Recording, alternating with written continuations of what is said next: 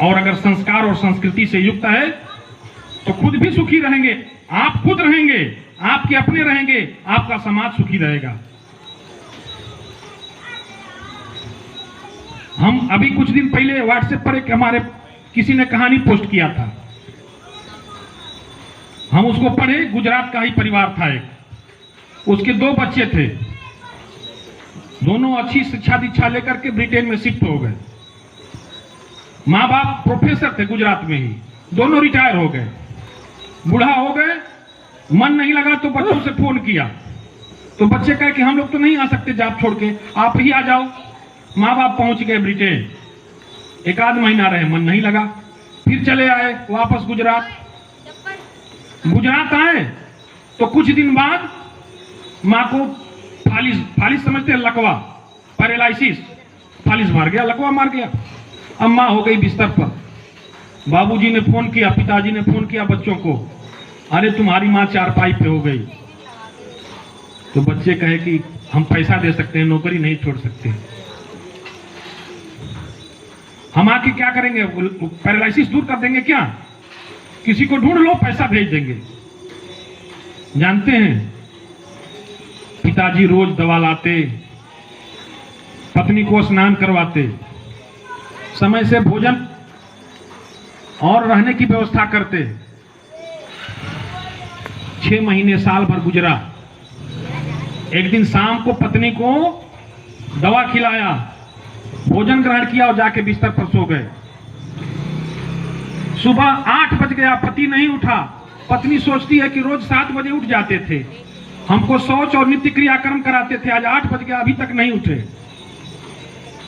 पत्नी को कुछ शक हुआ, लेकिन चूंकि शरीर लकवाग्रस्त था, फालिज का असर था, पैरालिसिस का असर था, चल फिर नहीं सकती थी और पैरालिसिस से जबान की आवाज भी चली गई थी, चिल्ला भी नहीं सकती थी।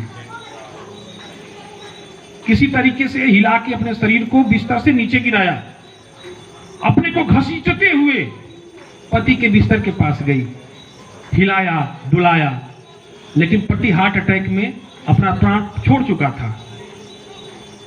अब वो किससे कहे, मुंह में शब्द नहीं है और शरीर में बल नहीं है। असहाय थी। बच्चे शिक्षित हैं, प्रोफेसर हैं, अच्छा जॉब कर रहे हैं, अच्छी सैलरी पा रहे हैं, वो किस काम का बताओ? कौन सुख मिला माता पिता को? कौन सुख मिला?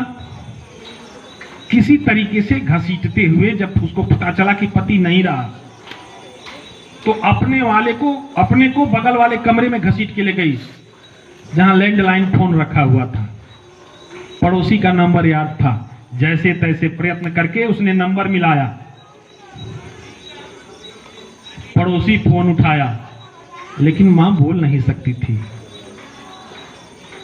बहुत प्रयत्न किया, कई बार फोन मिलाया, पड़ोसी समझदार था, समझ गया कोई मुसीबत में है। अंदर से दरवाजा बंद था, खोल नहीं सकती थी। पड़ोसी 2-4 लोगों को लेके जब घर के अंदर प्रवेश किया तो दरवाजे के पास मां मरी पड़ी थी।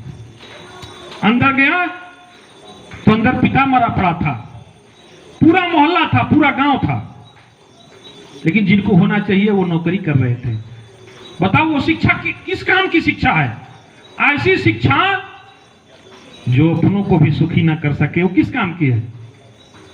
इसलिए बच्चे को शिक्षा मिले अच्छी बात है, लेकिन धर्म और संस्कार विहीन शिक्षा कभी किसी को सुखी नहीं कर सकती। बस इन्हीं चंद बातों के साथ अगर आपको खुश रहना है, अपने बुजुर्गों को, अपने श्रेष्ठ जनों को खुश रखिए, आपके आगे का रास्ते का अवरोध खत्म हो जाएगा, विश्वास करिए।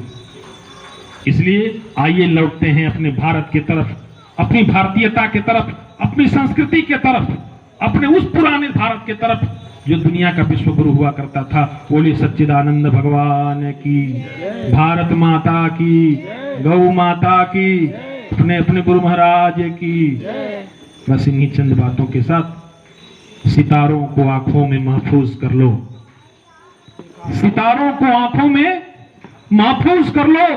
बहुत देर तक रात ही रात होगी और मुसाफिर हैं हम भी, मुसाफिर हो तुम भी, किसी मोड़ पर फिर मुलाकात होगी। ये आ गया भाई। चल, राम जी की है हमारे पास।